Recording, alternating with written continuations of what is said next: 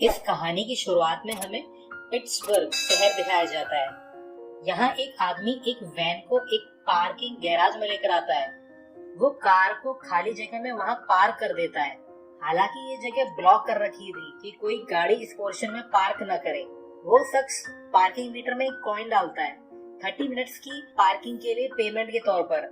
फिर दीवार के पास बैठकर अपनी स्नाइपर राइफल को सेट करता है और फिर वो कुछ लोगों पर एम करता है और फायरिंग स्टार्ट कर देता है, जिसमें बेंच पर बैठा एक आदमी, एक लेडी जो कि बिजनेस सूट में थी ब्रीफकेस लिए, एक लेडी जिसके पास शॉपिंग बैग था, एक लेडी जो कि बाकी को मरता देखकर भाग रही थी और लास्ट में एक यंग वुमेन जो कि एक बच्ची को लेकर बचने के लिए भाग रही थी। ये आदमी इन पांचों को मार देता है और फिर ये शूटर वापस अपनी वैन लेकर जल्दी से यहाँ से निकल जाता है। कुछ देर बाद क्राइम सीन पर पुलिस आ जाती है और साथ में इमर्सन नाम का एक डिटेक्टिव भी होता है। वो चारों तरफ केयरफुली सब चीज ऑब्जर्व करता है। इमर्सन को गैराज के फर्श पर से एक बुलेट का खाली कवर भी पड़ा मिलता है। उसे वहाँ से मिले कॉइन से फिंगरप्रिंट्स मिल जाते हैं, जिसको मैच करने पर पता चलता है कि ये फिंगरप्रिंट्स तो जेम्स बार नाम के एक आदमी के हैं, जो कि पहले यूएस आर्मी में एक स्नाइपर था। इसके बाद पुलिस जेम्स बार के घर पर रेड करती है। वहाँ पर जेम्स बार सोया मिलता है। उन्हें वहाँ पर वो वैन भी खड़ी दिखती है, जिसकी रिकॉर्डिंग उन्हें गैराज के सीसीटीवी फुटेज से मिली थी। पुलिस को यहाँ से काफी बुलेट्स, इक्विपमेंट और स्नाइपर राइफल भी बरामद होती है। वो जेम्स बार को अरेस्ट करके ले जाते हैं। नेक्स्ट सीन में हम देखते हैं कि इमर्सन और district attorney Alex Rodin James Barr के सामने हैं उसकी इन्वेस्टिगेशन के लिए। वो जेम्स बार से कहते हैं कि सारे सबूत तुम्हारे खिलाफ हैं, अब तुम्हें कोई नहीं बचा सकता, तुम अपना गुनाह कबूल कर लो तो अच्छा होगा, क्योंकि वैसे भी तुम्हारा केस एलेक्स रॉडिन हैंडल करेंगे और वो हमेशा केस जीतते हैं। वो जेम्स को एक नोटपैड भी देते हैं अपना कन्फेशन लिखने के लिए, पर जेम्स उस पर लिखता है कि गेट जैक रीचर। ये पढ़कर एलेक्स रॉडिन हैरान हो जाता है।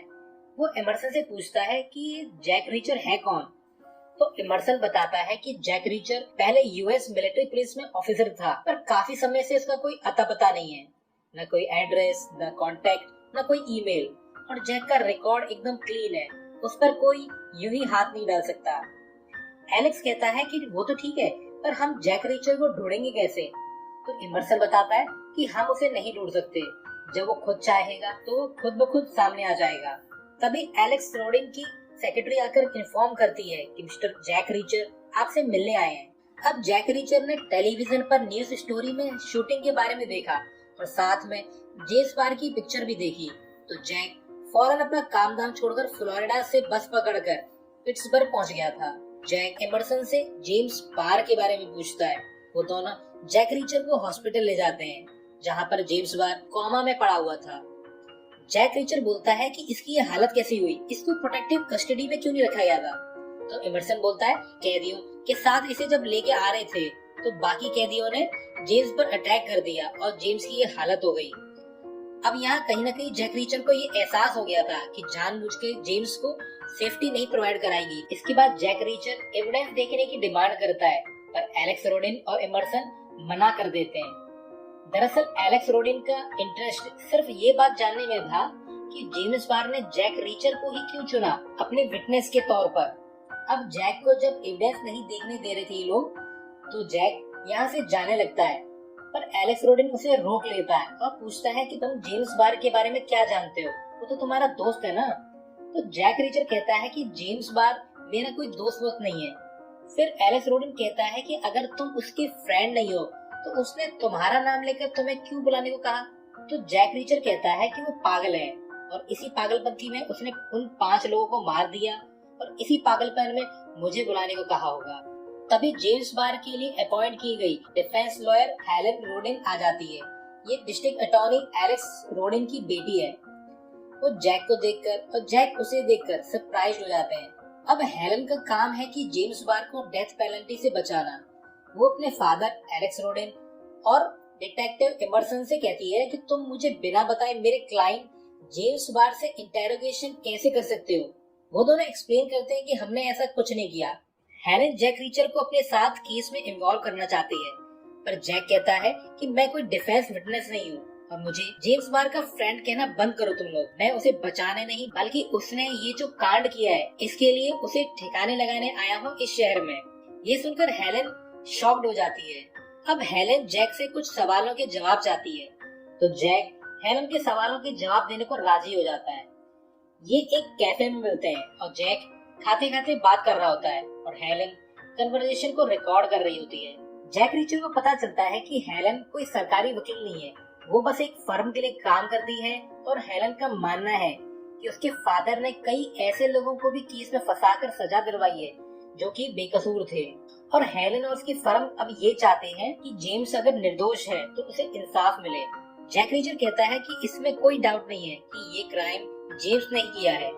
तो हेलन पूछती है कि तुम बिना कोई एविडेंस देखे ऐसे कैसे कह सकते हो। जैक तब वॉइस रिकॉर्डर को ऑफ कर देता है और बताता है कि मैंने जेम्स के एक केस को आर्मी में इन्वेस्टिगेट किया था और उसने तब अपना जुर्म भी कन्फेस किया था कि उसने 4 लोगों का मर्डर किया है इराक में।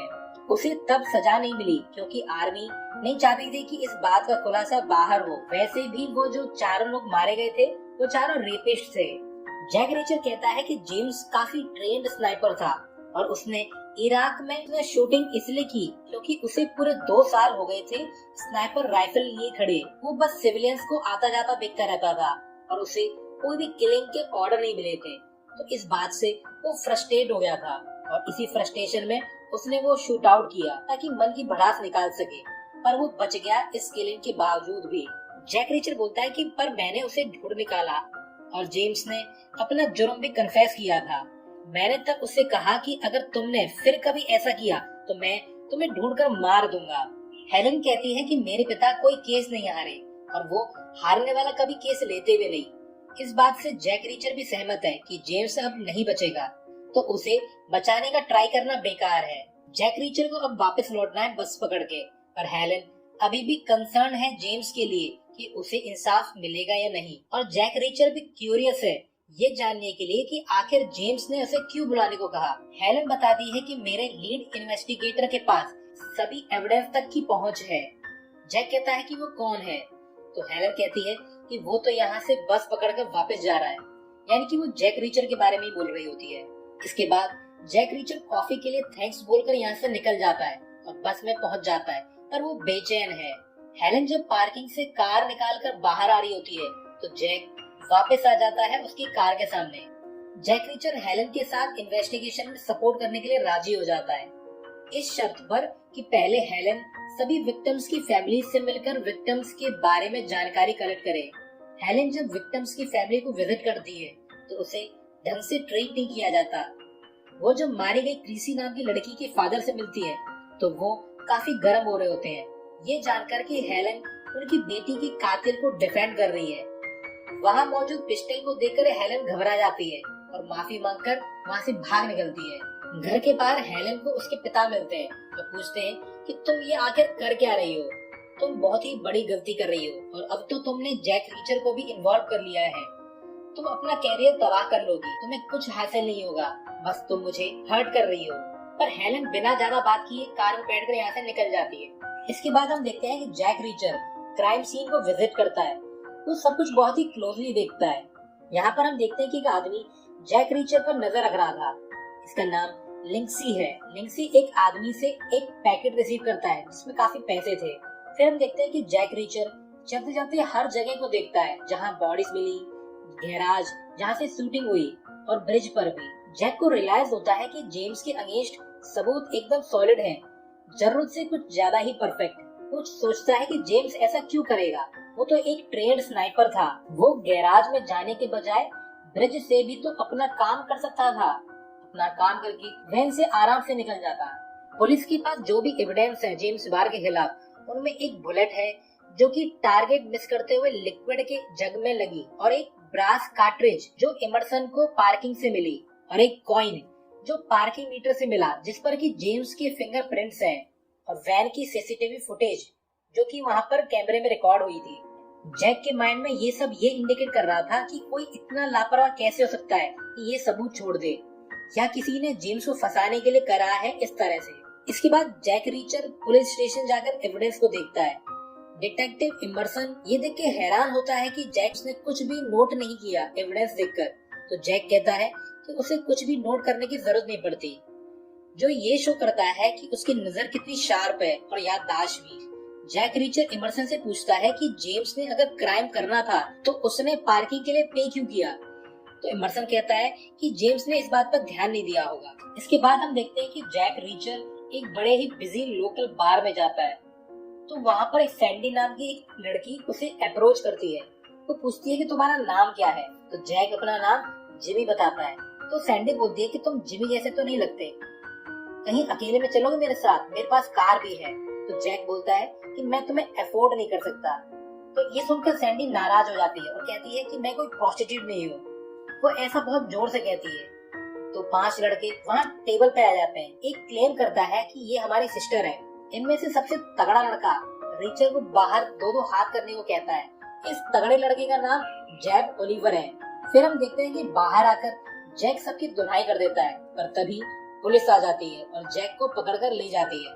फिर हम देखते हैं कि पुलिस स्टेशन में हेलन और इमर्सन जैक के पास आते हैं। तो जैक कहता है कि मुझे लेने आए हो। तो इमर्सन कहता है कि तुम्हारे खिलाफ किसी ने भी कंप्लेंट रजिस्टर नहीं की है। इसके बाद जैक हेलन से कहता है कि वहाँ बार में जो लड़की थी उसे मैंने जब अपना नाम जिमी बताया तो वो लड़की सरप्राइज्ड थी। शायद वो जैक रीचर सुनना चाहती थी, उसे मेरे बारे में पता था। और ताज्जुब की बात यह है कि फाइट शुरू होते ही पुलिस इतनी जल्दी सीन पे वहाँ पहुँच गई। मुझे लगता है कि उन 5 को जरूर किसी ने मुझे मारने के लिए भेजा था। जैक बोलता है कि जब से मैं यहाँ पे आया हूँ कि कोई मुझे लगातार फॉलो भी कर रहा है। फिर जैक हेलन से पूछता है कि विक्टिम्स की फैमिली से क्या इन्फॉर्मेशन मिली। तो हेलन पूरी इन्फॉर्मेशन से दे देती है। जैक रीचर हेलन से कहता है कि जेम्स के क्रेडिट कार्ड रिकॉर्ड से पता लगाओ कि वो कहाँ जाया करता था, जैसे बार, क्लब, खास तौर पर गन रेंज, क्योंकि ये पता लगाना बहुत जरूरी है। कोई शख्स ऐसा है क्या जो जेम्स बार के बहुत ही क्लोज हो।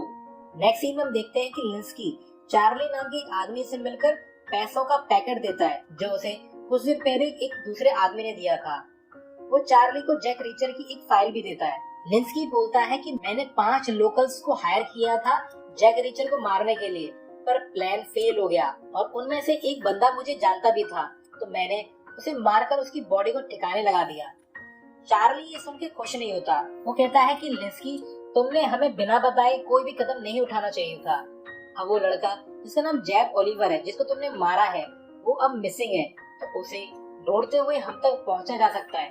तभी वहाँ पर अंधेरे में से एक जैक नाम का ओल्ड मैन बाहर आता है। वो कहता है लिंस्की, तुमने सब सत्यानाश कर दिया।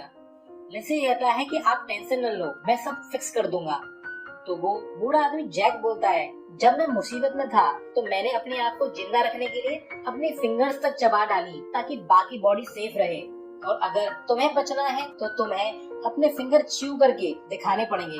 लिंस्की ये सुनकर डर जाता है, पर चार्ली के हाथ में गन देखकर वो अपना लेफ्ट थंब च्यू करने की एक्टिंग करता है। तो जैक यानी कि वो ओल्ड मैन चार्ली को इशारा करता है, तो चार्ली लिंस्की को शूट कर देता है। फिर हम देखते हैं कि हेलन को जेम्स बार के क्रेडिट कार्ड के रिकॉर्ड से कुछ खास जानकारी नहीं मिलती, बस उसमें ग्रोसरी और गैस के बिल थे। जैक गैस के बिल से गैस करता है कि जेम्स बार हो सकता है कि सैटरडे को कहीं गन रेंज जाता हो टैंक फुल करा के शूटिंग प्रैक्टिस के लिए। वो हेलन से कहता है कि 150 मील के रेंज में 700 यार्ड लंबे जितने भी गन रेंज है उनका पता लगाओ। इसके बाद हेलन जैक रीचर को एक ऑटो पार्ट्स के स्टोर पर ड्रॉप करके चली जाती है। जैक वहां जाकर स्टोर मैनेजर से सैंडी के बारे में पूछता है, तो स्टोर मैनेजर मना कर देता है कि मैं सैंडी को नहीं जानता, पर जैक उसे धमकाता है और जबरदस्ती अंदर घुस जाता है सैंडी से मिलने। सैंडी जैक को देखकर घबरा जाती है। वो कहती है कि बार में जो कुछ भी हुआ मैंने जैक ओलिवर के फोर्स करने पे किया था, इसके मुझे पैसे भी मिले। जैक ओलिवर भी इसी स्टोर में काम करता है, पर वो आज काम पर नहीं आया। जैक उससे जैक ओलिवर का एड्रेस ले लेता है और उससे कार मांगता है। तो सैंडी बोलती है कि ये कार ओलिवर की है। जैक बोलता है कि अगर तुम्हें बचना है तो तुम मुझे कार की कीज दे दो और कुछ दिन के लिए ये शहर छोड़ दो। जैक कार लेकर ओलिवर के घर पहुंच जाता है। यहाँ हम देखते हैं कि कोई इसे फॉलो कर रहा था। जैक जब घर के बाहर पहुंचता है तो वो देखता है कि बाहर एक ओल्ड लेडी चुपचाप बैठी हुई थी और वहाँ पास में ड्रग्स भी रखा हुआ था। जैक समझ जाता है कि ये नशे में धुत है। जैक घर के अंदर घुसकर सब कुछ ऑब्जर्व करने लगता है। तभी पीछे से वो लेडी भी किसी को कॉल लगा देती है। जैक देखता है कि बाथरूम में शावर कर्टेन्स हुक से टूटे हुए हैं। ये गौर करने वाली बात थी उसके लिए। तभी हम देखते हैं कि दो आदमी जैक पर अटैक कर देते हैं और फिर तीनों में हाथापाई चालू हो जाती है। जैक दोनों को ढेर कर देता है, पर तभी एक और बंदा आ जाता है वहाँ पे। जैक उसकी गन छीनकर उसका हाथ मोड़ देता है। जैक मुझसे जब ओलिवर का पूछता है तो वो बोलता है कि वो अपना सामान पैक करके यहाँ से कहीं चला गया है। जैक उससे बोलता है कि मुझे फॉलो किया तो मैं सबकी बैंड बजा दूंगा। इसके बाद जैक उसकी कार लेकर यहाँ से निकल जाता है। वापस आकर जैक जब हेलन से कहता है कि किसी ने जैब ओलिवर का मर्डर कर दिया है और ऐसा शो किया जा रहा है जैसे वो शहर से चला गया है। जैक अपनी थ्योरी देता है कि जो भी एविडेंस जेम्स बार के खिलाफ है वो कुछ ज्यादा ही कंप्लीट है। खास तौर पर वो बुलेट जो फ्लेवर्ड लिक्विड कंटेनर से मिली, वो जानबूझकर अलग से उसमें फंसाई गई थी, जो कि जेम्स बार को इस किलिंग से 100% जोड़ दे। पर ये सोचने वाली बात है कि कोई पार्किंग के पैसे क्यों देगा। जैक रीचर कहता है कि इराक में जेम्स ने अपने 90% सबूत मिटा दिए थे और यहाँ सब सबूत मौजूद हैं, जैसे जेम्स बार खुद को पकड़वाना चाहता हो। इराक में जब जेम्स बार ने शूट आउट किया तो सूरज उसके पीछे था और यहाँ भी हालात ब्रिज पर बिल्कुल वैसे ही थे। अगर जेम्स बार ये करता तो वो 100% ब्रिज से करता, उसे वहाँ पर वैन से निकलने की भी जरूरत नहीं पड़ती। तो हेलेन कहती है कि आखिर तुम कहना क्या चाहते हो। तो जैक कहता है कि जेम्स बार इनोसेंट है। हेलेन ये सब जानकर शॉक्ड है। वो कहती है कि जैक तुम बड़े अजीब हो, मेरे फादर ने मुझे वार्न किया था तुम्हें हायर करने से पहले, तुम बस अपनी थ्योरी दिए जा रहे हो। तो जैक कहता है कि देखो बाहर वो सिल्वर ऑडी खड़ी है ना, वो सुबह से मेरा पीछा कर रही है। जैक हेलेन को उस कार की लाइसेंस का नंबर देता है और कहता है कि इस कार का पता लगाओ कि ये किसकी है। हेलेन कार का पता लगाने के लिए किसी को कॉल करती है। चार्ली और उसकी टीम को पता चल जाता है कि कार के बारे में इंफॉर्मेशन सर्च की जा रही है, तो इनका लीडर इनको नए ऑर्डर देता है। अब हम देखते हैं कि हेलेन को ये सब कॉन्स्पिरेसी समझने में काफी मुश्किल हो रही होती है कि ये रैंडम किलिंग क्यों हुई। तो जैक एक पर्ची पर कुछ लिखकर से देता है। हेलेन को कॉल आता है जिससे ये पता चलता है कि वो सिल्वर ऑडी लेबनहॉर इंटरप्राइजेस के नाम रजिस्टर्ड है, वही कंपनी जिसने ऑनलाइन आर्चर के खिलाफ लॉ सूट फाइल किया था। हेलेन जैक वाली पर्ची देखती है तो जैक ने पहले ही उस पर ऑनलाइन आर्चर लिख के दिया था, यानी कि जैक रीचर पहले ही इस कंक्लूजन पे पहुंच चुका था। इसके बाद हेलेन बताती है कि मिस्टर ऑनलाइन आर्चर को कंपनी में काफी लॉस हो रहा था, उनकी हेल्थ भी काफी खराब हो रही थी और उनके और लेबनहॉर इंटरप्राइजेस के बीच में केस चल रहा था। लेबनहॉर इंटरप्राइजेस ऑनलाइन आर्चर को फोर्स किया जा रहा था कि वो अपनी कंपनी बेच दें, पर मिस्टर आर्चर के मरने के बाद उनकी वाइफ मिसेस आर्चर ने कंपनी बेचने से मना कर दिया। जैक समझाता है कि मिसेस ऑनलाइन आर्चर ही मेन विक्टिम थी, बाकी चारों को तो रैंडमली ही ऐसे ही मारा गया ताकि ये केस उलझ जाए। और मिसेस ऑनलाइन आर्चर अपने बिजनेस के लिए लोन के लिए जा रही थी जिस दिन ये किलिंग हुई। जैक रीचर बताता है कि आई विटनेस के हिसाब से पहले शॉट और दूसरे में गैप था, क्योंकि मिसेस ऑनलाइन आर्चर ही इनका मेन विक्टिम थी। किसी ने जरूर सोच समझ के जेम्स को फंसाया है, क्योंकि वो जेम्स के इराक वाले इंसिडेंट के बारे में जानते थे। जैक कहता है कि कोई है जो जेम्स को बहुत अच्छे से जानता है, अगर वो मिल जाएगा तो समझो सही मुजरिम मिल गया। हेलेन कहती है कि मैं बस एक लॉयर हूँ, कोई पुलिस वाली नहीं, मैं बस अब ये और नहीं कर सकती। इसके बाद जैक यहाँ से निकल जाता है। दूसरी तरफ हम देखते हैं कि चार्ली और उसका साथी मिलकर सैंडी को भी मार देते हैं। जैक जब हेलेन से मिलकर यहाँ से निकल रहा होता है तो हेलेन दौड़कर उसके पास आती है, उसे कार की कीज देकर बोलती है कि जैसे शूटिंग रेंज की तुम्हें तलाश है, उसको पता चल गया है। हेलेन कहती है तुम वहाँ चले जाओ और मैं ऑनलाइन आर्चर की हिस्ट्री टटोलती हूँ। तो जैक मना कर देता है कि तुम भी खतरे में पड़ जाओगी, ये मैं खुद कर लूंगा। जैक जब कार लेके जाता है तो वो देखता है कि एक जगह पर पुलिस सैंडी की बॉडी लेके जा रही होती है। इमर्सन जैक को देखकर गन निकालता है तो जैक रीचर गाड़ी लेकर भागने लगता है, तो इमर्सन और पुलिस उसको चेज करती है।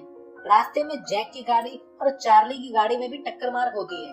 फिर हम देखते हैं कि हेलीकॉप्टर भी आ गया होता है जैक को चेज करने के लिए, पर जैक बुरी तरह गाड़ी दौड़ाता है और एक जगह वो बस को देखकर चलती कार से उतर जाता है और पुलिस की गाड़ी जैक की कार को घेर लेती है और जैक वहाँ स्टैंड पर खड़ी भीड़ की हेल्प से बस में बैठकर सेफली यहाँ से निकल जाता है।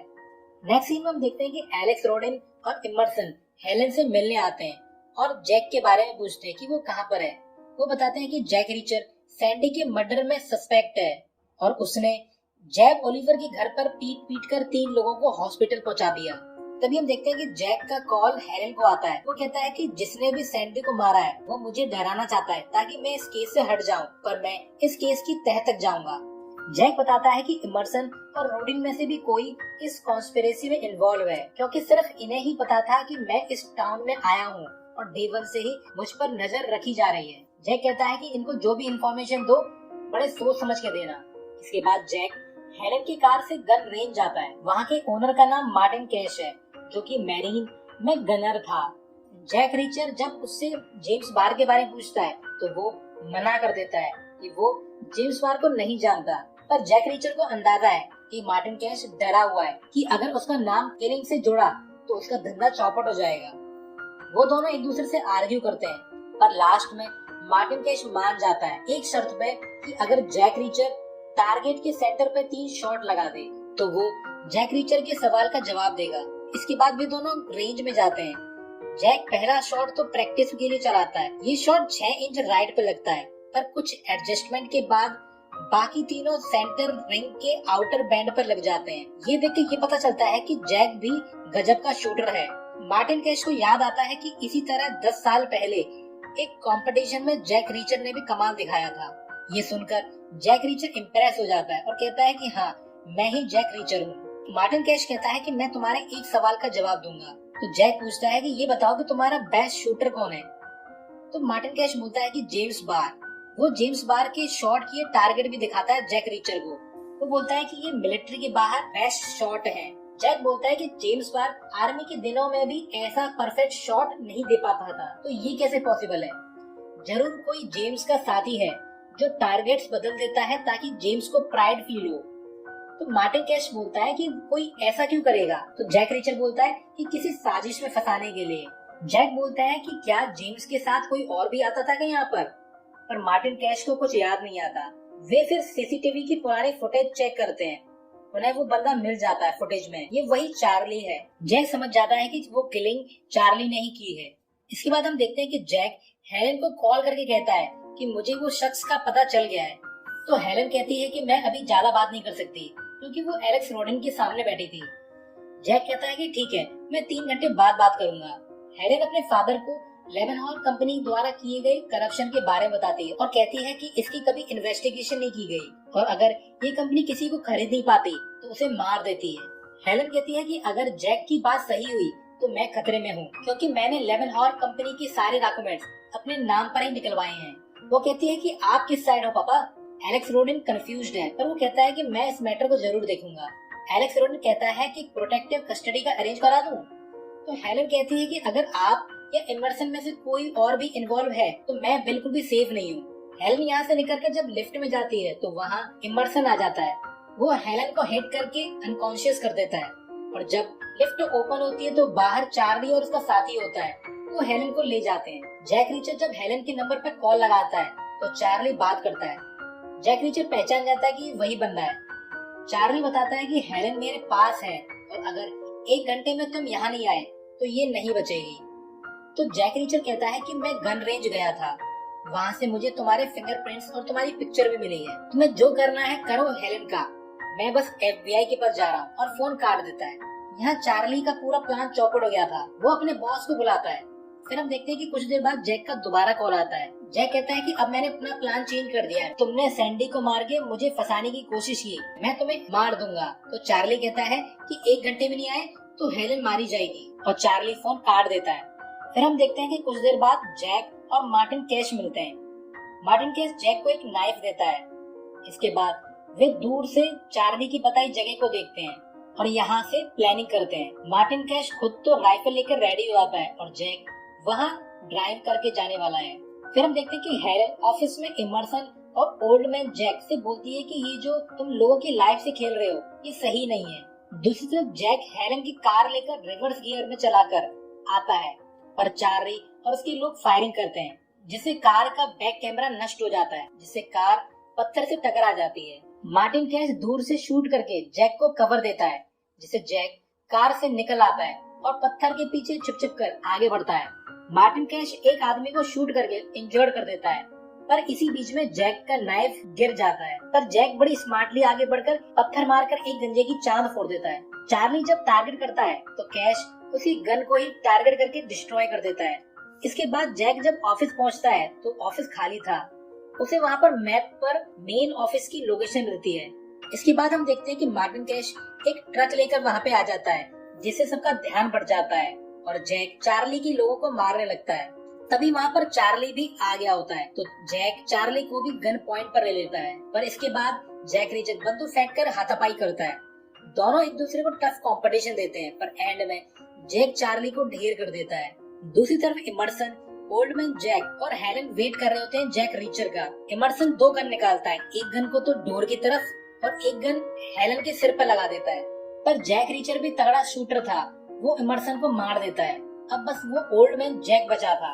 हेलन पुलिस को कॉल करती है। जैक रीचर उस बूढ़े आदमी से कहता है कि तुम जेल जाने वाले हो, तो ओल्डमैन जैक कहता है कि जेल तो मेरे लिए कंट्री क्लब जैसा है, और एक बात और सुन लो कि जेल में नहीं तुम जाओगे, क्योंकि सैंडी के मर्डर में तुम्हें ढूंढा जा रहा है और मेरे खिलाफ सब गवाह मारे गए हैं। ये सुनकर जैक गुस्से में आ जाता है और उस बूढ़े आदमी को मार देता है। हेलन बोलती है कि ये क्या किया तुमने, जेम्स बार और तुम्हारा नाम इस सब से क्लियर नहीं करना। तो जैक कहता है कि मुझे पता है कि तुम ये कर लोगी। इसके बाद ये बाहर आ जाते हैं। हेलन अपनी कार की हालत देखकर काफी नाराज होती है। इसके बाद हम देखते हैं कि जैक और मार्टिन कैश यहाँ से निकल जाते हैं। नेक्स्ट सीन में हम देखते हैं कि हेलन फिर जेम्स बार से मिलती है। जेम्स बार कहता है कि मुझे कुछ याद नहीं, पर मैंने नर्स और पुलिस वालों को बात करते सुना है कि मैंने कुछ बुरा किया है। हेलन उसे कुछ पिक्चर दिखाती है और पूछती है कि क्या तुम इन जगह को जानते हो।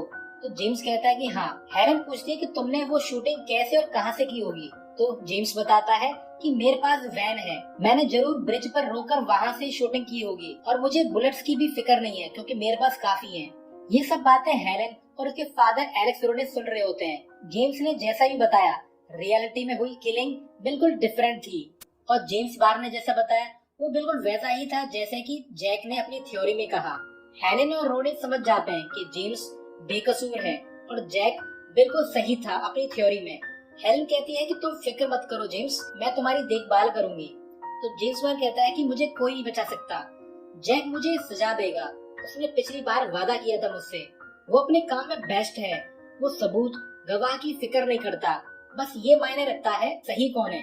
पर हेलन उसे रियलिटी नहीं बताती, शायद वो जेम्स बार के सही होने का वेट कर रही है। सारी बातें जानकर हेलन स्माइल करती है। वो सोचती है कि जैक रीचर सच में जीनियस है।